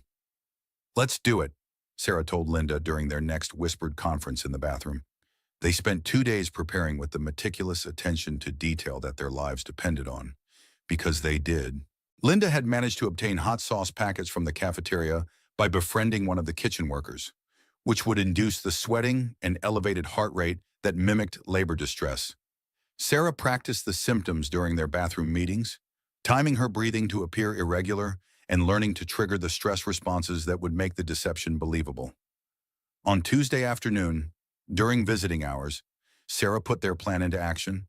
She waited until Rick was settling into his usual chair beside her bed, his expression showing the calculated concern of a man performing for an audience that included Dr. Holloway and 2 nurses. Then she doubled over with a scream of pain that came from months of suppressed rage and fear. "Something's wrong," she gasped, clutching her belly with both hands. "The baby. Something's wrong with the baby." Rick's face went white, his careful composure cracking for the first time since Sarah had known him. For a moment, she saw genuine fear in his eyes, though whether it was concern for her or panic about his plans being disrupted, she couldn't tell. Dr. Holloway rushed in, checking Sarah's vital signs as she writhed on the bed with performances born of method acting in real desperation. The hot sauce Linda had provided was doing its work, elevating Sarah's heart rate and causing profuse sweating that mimicked medical distress. "Her blood pressure is spiking dangerously," the doctor said, her professional composure slipping as the monitors showed readings that demanded immediate intervention. "We need to get her to the emergency room immediately." The ambulance ride to Nashville General Hospital was the first time Sarah had been outside Serenity Hills in 3 weeks, and despite her feigned medical crisis, she felt a surge of desperate hope as the city passed by the ambulance windows. The paramedics worked over her with genuine concern, and Sarah felt guilty for deceiving medical professionals who were trying to help what they believed was a woman in genuine distress. In the emergency room, the chaos was perfect cover for Marcus Chen to approach her bed.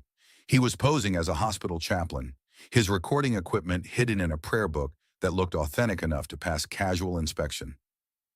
"Mrs. Blackwood," he said in a voice loud enough for the nurses to hear, "would you like to make a spiritual confession before your treatment?" Sarah understood immediately, recognizing the code phrase Linda had taught her. "Yes, Father. I need to confess the truth about what's been done to me." As Rick and Dr. Holloway dealt with paperwork at the nurses' station, arguing with ER staff about Sarah's treatment protocols, Sarah whispered her entire story to Marcus's hidden recorder. The drugging, the surveillance, the fake psychological evaluation, Emma's betrayal, Rick's plan to steal her child, everything poured out in a desperate rush of words. But their time was running short. The ER doctor, a competent physician unconnected to Rick's network of influence, had determined that Sarah's symptoms were stress-related rather than true labor complications. She would be returned to Serenity Hills within the hour, and any future opportunities for contact with the outside world would be eliminated. "I have enough," Marcus whispered as he prepared to leave. "But you need to hold on a little longer. It'll take time to verify everything and get the authorities involved. Can you do that?" Sarah was about to respond when she saw Rick approaching, his expression dark with suspicion and barely controlled anger. His careful mask was slipping, revealing glimpses of the man who could systematically destroy a woman's life while convincing everyone he was saving her. "Father," Rick said to Marcus, his voice carrying undertones of threat despite the public setting, "I think my wife needs rest more than spiritual counseling right now." Marcus nodded and stepped away, but not before slipping something into Sarah's hand. A small piece of paper with a phone number and the words "Help is coming" written in tiny script. Back at Serenity Hills, Sarah was placed on stricter observation, her room monitored more closely, and her privileges reduced to almost nothing. Dr. Holloway had clearly suspected the emergency was staged, and Sarah's carefully constructed facade of compliance was no longer sufficient protection. But that night, Linda brought devastating news that changed everything. "Marcus called using our emergency protocol," she whispered during their bathroom conference, her face grim with information Sarah didn't want to hear. "Rick's lawyers got an emergency injunction against any investigation. They're claiming it's a violation of patient privacy and that outside interference is threatening your recovery. Sarah's blood went cold.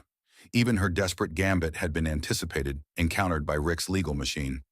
And worse, they've moved up your delivery date. What do you mean Dr. Holloway is scheduling an emergency C-section for tomorrow morning? She's claiming the stress from today's episode puts the baby at significant risk and that immediate delivery is medically necessary. Sarah understood immediately. Rick was accelerating his timeline because he suspected she was fighting back more effectively than he'd anticipated. Once the baby was born, his custody case would be much stronger, and Sarah's value as anything other than a vessel for his child would be eliminated entirely. Linda, I need you to call Marcus one more time, Sarah said urgently, her mind racing through possibilities and finding them all inadequate. Tell him to contact Jake Morrison, Emily Stevens, anyone who might be able to intervene. Tell him Rick is planning to take the baby tomorrow, and this might be our last chance. As Linda slipped away to make the call using the emergency communication system they'd established. Sarah lay in her hospital bed feeling the baby's strong kicks against her ribs. Her child was healthy, active, ready to be born into a world that should have been filled with love and possibility. Instead of anticipating the joy of holding her baby, Sarah faced the nightmare of having her child stolen from her arms by the man who was supposed to love and protect them both. Tomorrow would determine everything. Either she would find a way to expose Rick's conspiracy and reclaim her freedom, or she would lose her child forever while being branded as the mentally ill woman who couldn't be trusted with her own baby. In the darkness, Sarah whispered a lullaby she'd written during her captivity, a song about hope surviving even in the deepest darkness. She sang it for her unborn child, praying it wouldn't be the last song she ever sang to her baby. The scheduled C-section was set for 8 a.m., but Sarah woke at dawn with real contractions that felt different from the false symptoms she'd created the day before. Her body, as if sensing the urgency of the situation and the artificial timeline being imposed upon it, had decided to take control of events. The pain was intense, radiating from her lower back through her entire abdomen in waves that left her gasping. But Sarah welcomed it, understanding that natural labor meant she had more time, more opportunities to execute the desperate plan she'd formulated during the sleepless night.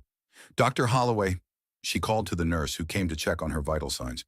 I think the baby's coming. The contractions are getting stronger. The medical team sprang into action with the efficiency of professionals dealing with a genuine emergency rather than the manufactured crisis of the previous day. But something felt different this time. The nurses seemed more genuine, less scripted than the usual Serenity Hills staff. One of them, a young woman named Jessica Rodriguez, squeezed Sarah's hand during a particularly strong contraction. You're doing great, Jessica whispered, her voice carrying genuine warmth instead of professional distance. Just breathe through it. Your body knows what to do. As Sarah labored through the morning hours, she noticed that Dr. Holloway seemed increasingly agitated. The doctor kept checking her phone and speaking in hushed tones with Rick, who'd arrived within an hour of being notified about the change in timeline. The labor is progressing faster than expected, Dr. Holloway told Rick during one of their whispered conferences near the nurse's station. We may need to transfer her to the main hospital if there are complications we can't handle here. Sarah realized this wasn't part of Rick's carefully orchestrated plan. He'd wanted a controlled delivery at Serenity Hills, where he could manage the narrative, control the witnesses, and ensure that any medical documentation supported his version of events. A transfer to Nashville General would mean real doctors, genuine oversight, and potential exposure of the entire conspiracy. During her strongest contraction yet, Sarah made her move, speaking loudly enough for Jessica and the other nurses to hear clearly. I need to tell you something, she gasped between waves of pain. About Dr. Holloway. She's not a real doctor. Her medical license, you need to check her license. Jessica's eyes widened, but her training kicked in. Ma'am, you're in labor. Try to focus on breathing through the contractions. Her medical license, Sarah panted, gripping Jessica's hand with desperate strength. It's fake. She's been drugging patients, taking money from husbands to keep wives sedated. Please, just check. For my baby's sake.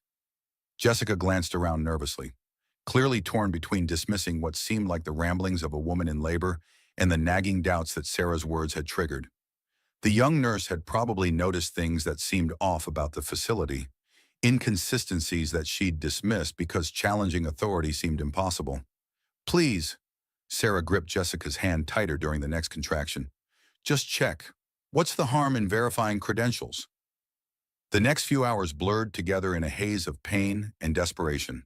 Sarah's labor progressed steadily, but Dr. Holloway seemed increasingly determined to intervene with medications and procedures that would give her more control over the situation.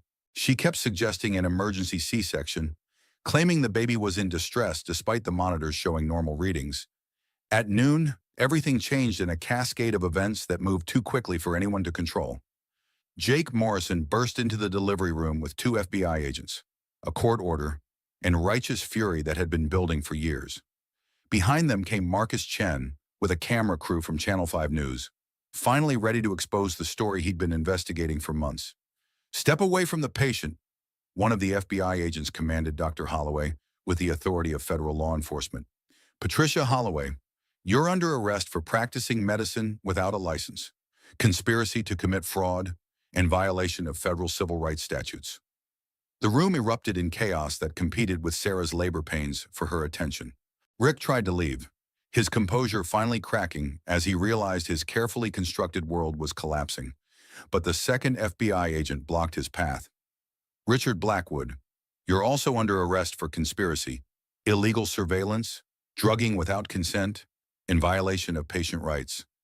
As handcuffs clicked around Rick's wrists, he looked at Sarah with pure hatred that was more honest than any emotion he'd shown her in years. You have no idea what you've done. You'll never see that child. I'll make sure of it. But his threats fell flat now that the truth was finally coming to light. His power revealed as the illusion it had always been. Dr. Martinez, Sarah's original obstetrician, arrived within 30 minutes to take over the delivery. Sarah, I'm so sorry, he said as he examined her with gentle competence. I had no idea what they were doing. The reports I signed were falsified after I submitted them. The baby, Sarah managed between contractions that were coming faster now. Is the baby okay? Everything looks perfect, Dr. Martinez assured her with the confidence of genuine medical expertise. You're going to have a beautiful, healthy child. Jessica, the young nurse, stayed by Sarah's side throughout the remainder of her labor. I called the Tennessee Medical Board as soon as you mentioned the license, she whispered during a brief respite between contractions. I've been suspicious about this place for months, but I didn't know who to call or what to report. The universal dilemma that Sarah had faced, knowing something was wrong but feeling powerless to act against authority, had been shared by others who'd been afraid to speak up until someone else showed them it was possible. At 3:17 p.m., after 18 hours of labor, Sarah gave birth to a perfect baby girl. As her daughter was placed on her chest, Sarah cried with relief, joy, and the overwhelming feeling of finally being free. The baby's cry was strong and healthy, the most beautiful sound Sarah had ever heard. Hello, little one, she whispered to her baby, tears streaming down her face. You're safe now. We're both safe. Jake Morrison approached her bedside as Sarah cradled her daughter, his expression mixing satisfaction with gentle concern. The FBI has enough evidence to put Rick away for years. The surveillance, the drugging, the fake medical reports, it's all documented. And Emma Williams turned state's evidence in exchange for a reduced sentence? Emma turned. Sarah couldn't hide her surprise, though holding her baby made even Emma's betrayal seem less important. Apparently, she kept detailed records of everything Rick ordered her to do. She was covering her own tracks, but it's perfect evidence against him. She's looking at 2 years in minimum security instead of the 20 she would have faced as a co-conspirator. Over the next few hours, as Sarah recovered and bonded with her daughter, the full scope of Rick's conspiracy became clear through Jake's updates and news reports playing on the hospital room television. Serenity Hills had been operating as a private prison for inconvenient wives, funded by wealthy husbands who wanted their partners silenced. Rick's scheme was just one of dozens they'd uncovered, part of a network that stretched across multiple states. Emily Stevens arrived that evening with flowers and a small acoustic guitar. I thought you might want to sing to your daughter, she said with a smile that carried years of genuine friendship compressed into a few months of knowing each other. Sarah took the guitar with trembling hands, her daughter sleeping peacefully in her arms. For the first time in years, she felt completely herself again, not Rick's project or Emma's assignment, but Sarah Mitchell, mother and musician, a woman with her own voice and her own story to tell. She began to sing softly, a new song that had come to her during labor, born from pain but reaching toward hope. Freedom's song, sung at last, broken chains, the die is cast, little one, you'll know my voice, raised in love, raised by choice. The hospital room filled with the warm sound of music, and Sarah's daughter opened her eyes as if recognizing her mother's voice. In that moment, Sarah understood that everything she'd endured had led to this, not just her daughter's birth, but her own rebirth as a woman who would never again let anyone silence her voice. The nightmare was over. The real life was just beginning. But as Sarah held her daughter and felt the first stirrings of the song that would become her comeback album, she didn't yet know that Rick's influence would reach even into prison, that his hatred would manifest in ways she couldn't imagine, or that her freedom would require one final, desperate stand. 6 months after her daughter Melody's birth, Sarah stood on the stage of the historic Ryman Auditorium, guitar in hand, facing an audience of 2,000 people who had come to hear the woman who'd survived one of Nashville's most shocking scandals.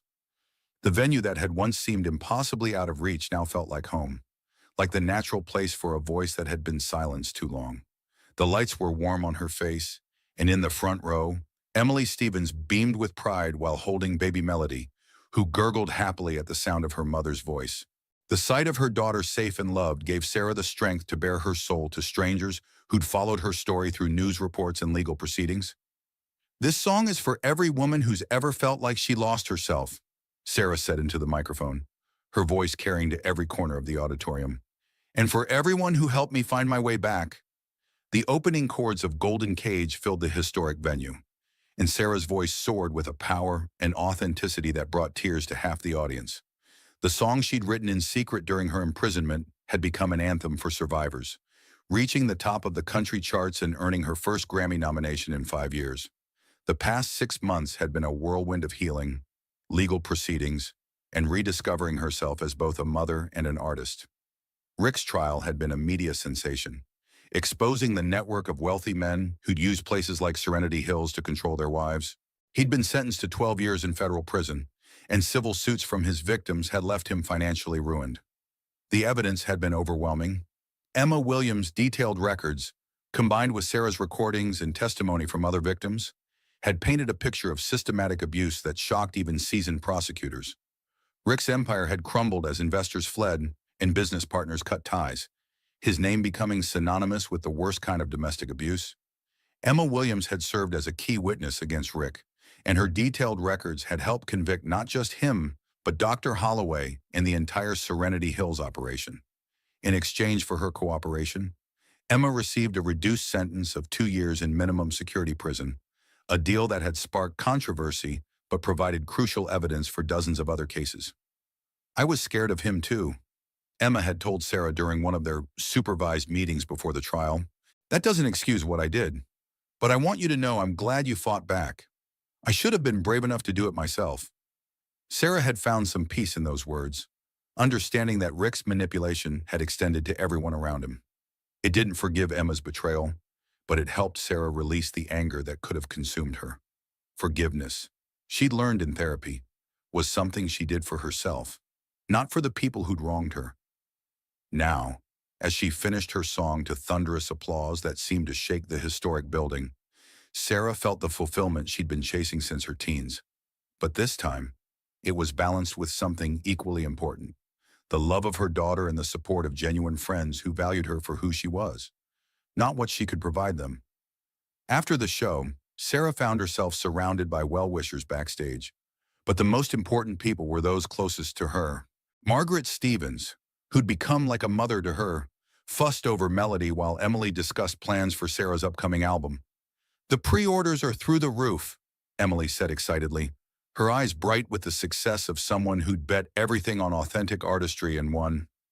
"And we've got requests for interviews from every major music publication. Rolling Stone wants to do a cover story." "One thing at a time," Sarah laughed, taking Melody from Margaret's arms and feeling the instant calm that came from holding her daughter. "This little one comes first." Jake Morrison appeared with a bottle of champagne and news from the latest court proceedings. The civil settlement finally came through. Rick's remaining assets have been distributed among his victims. Your share should be enough to buy whatever house you want, set up a college fund for Melody, and fund your music career for years to come. Sarah had mixed feelings about profiting from Rick's crimes, but Jake had convinced her that the money was rightfully hers. Compensation for years of stolen freedom and psychological trauma. The amount was substantial, enough to provide security without the strings that had come with Rick's wealth. "I've been thinking about starting a foundation," Sarah said, bouncing Melody gently as her daughter began to fuss. "For women getting out of abusive relationships, music therapy, legal support, job training, everything I wish I'd had access to." "That's perfect," Emily said, her enthusiasm immediate and genuine. "We could organize benefit concerts, get other artists involved, make it a real movement instead of just a charity." As the evening wound down and the backstage crowd dispersed, Sarah found herself alone with Melody in her dressing room. She looked at her daughter, who was wide awake and studying her mother's face with serious blue eyes that seemed to take in everything. "What do you think, sweet girl?" Sarah asked softly, her voice taking on the special tone she reserved for their private conversations. "Did Mama do okay tonight?" Melody cooed in response, reaching up to touch Sarah's face with tiny fingers that seemed to understand more than they should. Sarah's phone buzzed with a text message, and for a moment, her heart raced with the old fear that Rick's psychological manipulation had trained into her nervous system. But the message was from Dr. Martinez, congratulating her on the performance he'd watched on the live stream that Emily had arranged for fans who couldn't attend. That fear response was something Sarah was working on with her therapist, Dr. Jennifer Walsh, who specialized in helping survivors of psychological abuse. The road to healing wasn't linear, and there were still days when Sarah felt fragile, when unexpected sounds or situations triggered memories of her captivity. "Healing isn't a destination," Dr. Walsh had told her during one of their sessions. "It's a journey. You might feel strong and confident one day, then triggered by something small the next day. That's normal. What matters is that you keep moving forward." Sarah was definitely moving forward. Her music was reaching people who needed to hear messages of hope and resilience, connecting with audiences in ways that her earlier, more commercial work never had. Melody was thriving, a happy baby who seemed to love music as much as her mother. And Sarah was learning to trust again, slowly building relationships with people who valued her for who she was, not what she could provide them. The shared experience of surviving abuse had connected Sarah with other women who understood the complex emotions that came with escaping control. Through her foundation work, she'd met dozens of survivors who'd found their own paths to freedom, each story unique but sharing common threads of courage and determination. The drive home from the Ryman took them through downtown Nashville, past the honky-tonks and recording studios where Sarah's journey had begun 15 years ago. So much had changed, but the core of who she was, a woman who needed music like she needed air, remained constant. In her new apartment in Music Row, a space she'd chosen for its proximity to the music industry and its complete lack of surveillance equipment, Sarah settled Melody into her crib and picked up her guitar. It was past midnight, but she felt too energized to sleep. A new melody had been floating through her head all evening, inspired by the faces in the audience who'd connected with her story. She strummed softly, mindful of her sleeping daughter, and began to shape the song that would eventually become Second Chances, the title track of her comeback album. As she played, Sarah reflected on the journey that had brought her to this moment. The pain of Rick's betrayal, the terror of nearly losing Melody, the slow process of rebuilding her identity. All of it had been necessary to become the artist and mother she was meant to be. The universal dilemma that so many women faced, choosing between personal dreams and family expectations, had nearly destroyed her. But she'd learned that it was a false choice, a trap designed to keep women small and manageable. She could be both a devoted mother and a successful artist. She could prioritize her daughter's well-being while still honoring her own need for creative expression. Sarah finished the song and set down her guitar, feeling a deep sense of satisfaction that had nothing to do with applause or commercial success. Tomorrow would bring new challenges, touring with a baby, balancing career demands with motherhood, continuing to heal from trauma while building a public platform. But tonight, in her own home with her daughter sleeping peacefully nearby, Sarah felt something she hadn't experienced in years: complete contentment with who she was and where she was going. The golden cage was broken forever, and Sarah Mitchell was finally free to soar. But freedom, she was learning, required constant vigilance. And in a minimum security prison 300 miles away, Rick Blackwood was planning his revenge. 1 year later, Sarah stood before a packed auditorium at Vanderbilt University, delivering the keynote address for the annual conference on domestic violence prevention. The speech had been months in preparation, but the words came naturally now, born from experience rather than research. Melody, now a lively 18-month-old, sat in the front row with Emily, babbling happily and occasionally clapping at her mother's words as if she understood the importance of the moment. Recognizing psychological abuse can be challenging because it doesn't leave visible scars, Sarah told the audience of social workers, law enforcement officers, lawyers, and survivors. But the warning signs are there if we know how to look for them, and more importantly, if we're willing to believe victims when they tell us something is wrong. She clicked to her next slide, which outlined the red flags she wished she'd recognized in her relationship with Rick: isolation from support systems, financial control, constant criticism disguised as concern, and the gradual erosion of personal identity that happened so slowly, victims often didn't notice until it was nearly complete. The most insidious aspect of psychological abuse is how it convinces victims that they're the problem. Sarah continued, her voice carrying the authority of someone who'd lived through what she was describing. My ex-husband had me believing I was mentally unstable, that my desire to pursue music was a dangerous delusion that threatened our family. The gaslighting was so sophisticated that I began to doubt my own memories, my own perceptions of reality. A woman in the third row raised her hand, her expression showing the kind of recognition that came from personal experience. How did you find the strength to fight back when you felt so powerless? What was the turning point? Sarah paused, considering the question that got to the heart of everything she'd learned about survival and transformation. The auditorium was completely silent, hundreds of people waiting for wisdom that might help them or someone they loved. I think it started when I realized I wasn't just fighting for myself anymore. I was fighting for my daughter's future, for the kind of world I wanted her to grow up in. Sarah's voice grew stronger as she spoke, drawing strength from the truth of her own words. But the real breakthrough came when I understood that my voice, literally and figuratively, was something no one could take away from me without my permission. She told them about the songs she'd written in her head during the darkest moments, how music had kept her spirit alive even when everything else felt dead. She explained how the support of unexpected allies, Emily, Linda, even Jake, had reminded her that she wasn't as alone as she'd believed.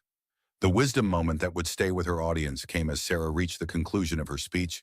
The most important thing I learned is that healing doesn't require you to forget what happened or to forgive your abuser, she said, her words carrying the weight of hard-earned truth. Healing means reclaiming your right to define your own story. It means understanding that you are not responsible for what was done to you, but you are responsible for what you do next. She paused, looking out at faces that reflected hope, pain, determination, and the complex mix of emotions that came with confronting abuse. And here's what I want every survivor in this room to understand. You are not broken. You are not damaged goods. You are not defined by what someone else did to you.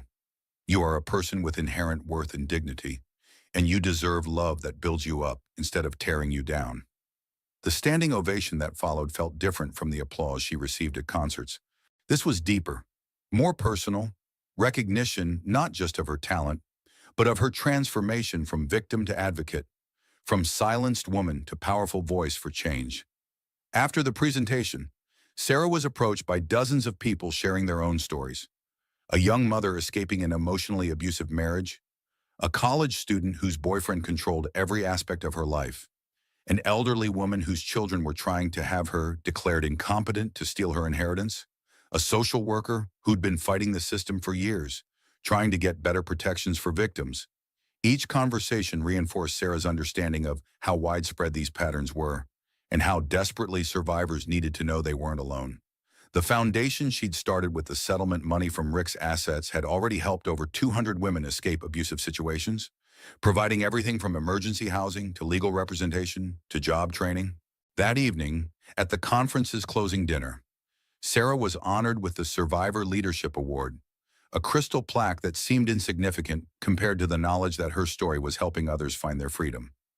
As she accepted the award, she thought about the woman she'd been 2 years ago, isolated, drugged, and convinced she was losing her mind. "This award doesn't belong to me alone," Sarah said in her acceptance speech, her voice carrying to every corner of the banquet hall. "It belongs to every person who refused to let someone else define their worth, every survivor who found the courage to speak their truth, and every ally who chose to listen and act when someone reached out for help." The standing ovation that followed felt like a collective commitment, hundreds of people promising to do better, to listen more carefully, to believe survivors when they found the courage to speak.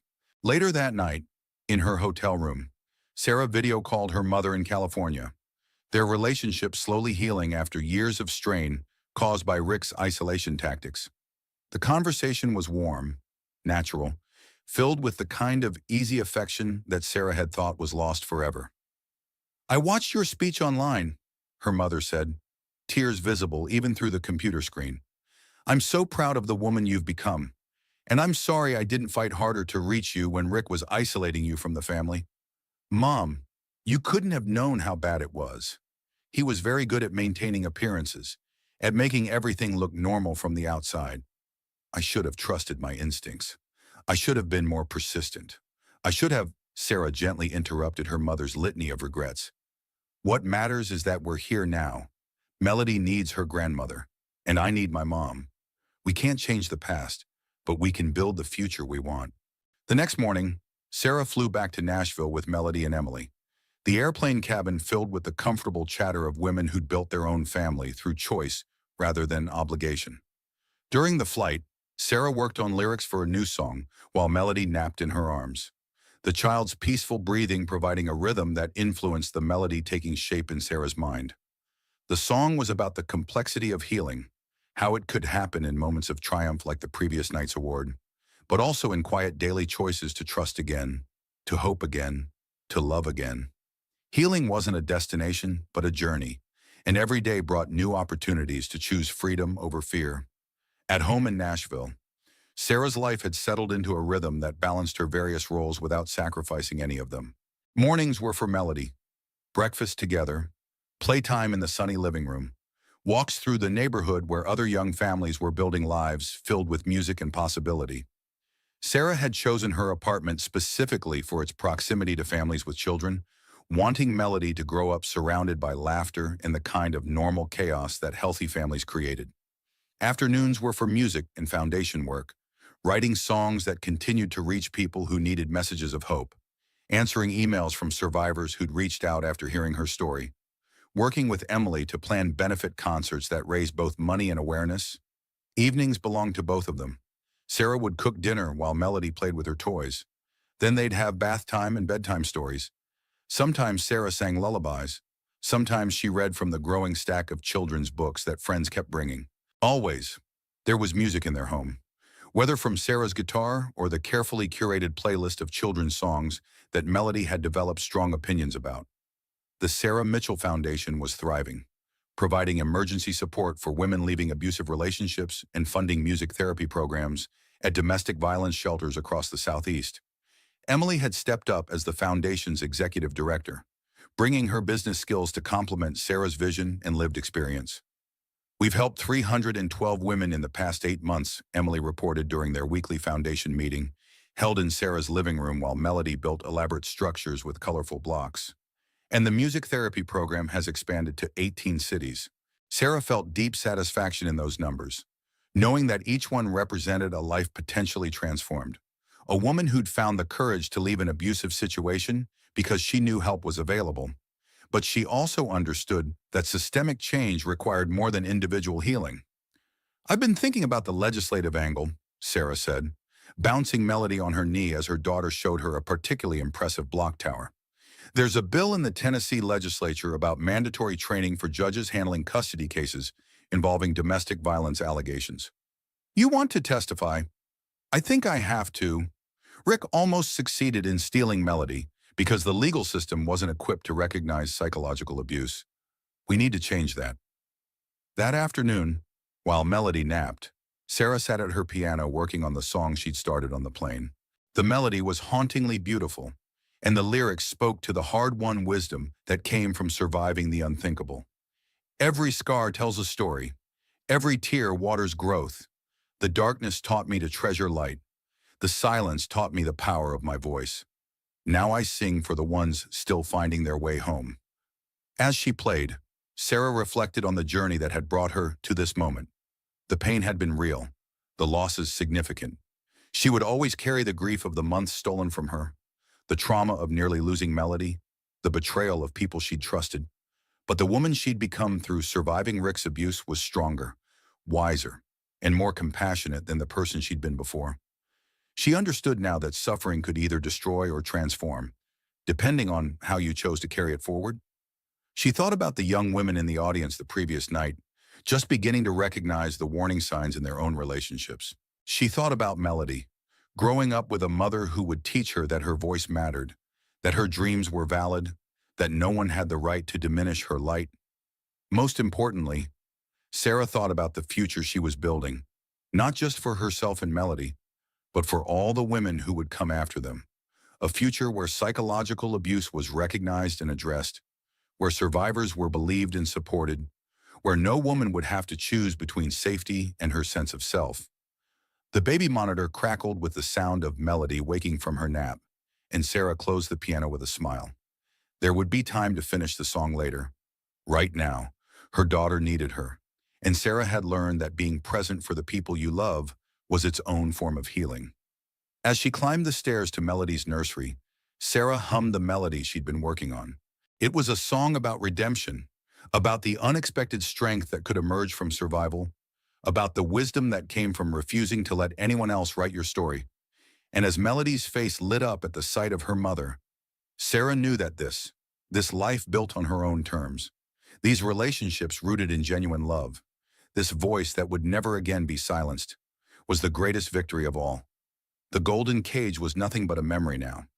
Sarah Mitchell had learned to soar, and she was teaching her daughter to fly. In her heart, Sarah carried the stories of all the women who were still trapped, still fighting, still hoping for freedom.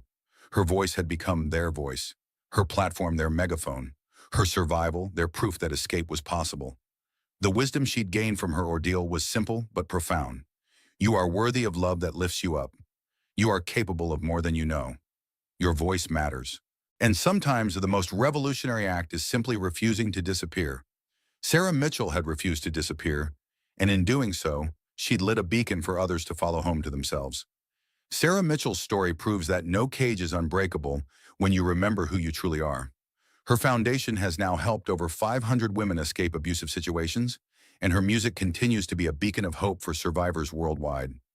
If this story moved you, if it opened your eyes to the hidden reality of psychological abuse, then help us spread Sarah's message of hope. Hit that like button to show support for survivors everywhere.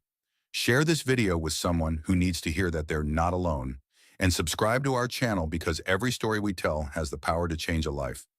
Remember, if you or someone you know is experiencing domestic violence, help is available. The National Domestic Violence Hotline is 1-800-799-7233. Your voice matters, your story matters, and you deserve love that lifts you up. Thanks for listening, and I'll see you in the next story.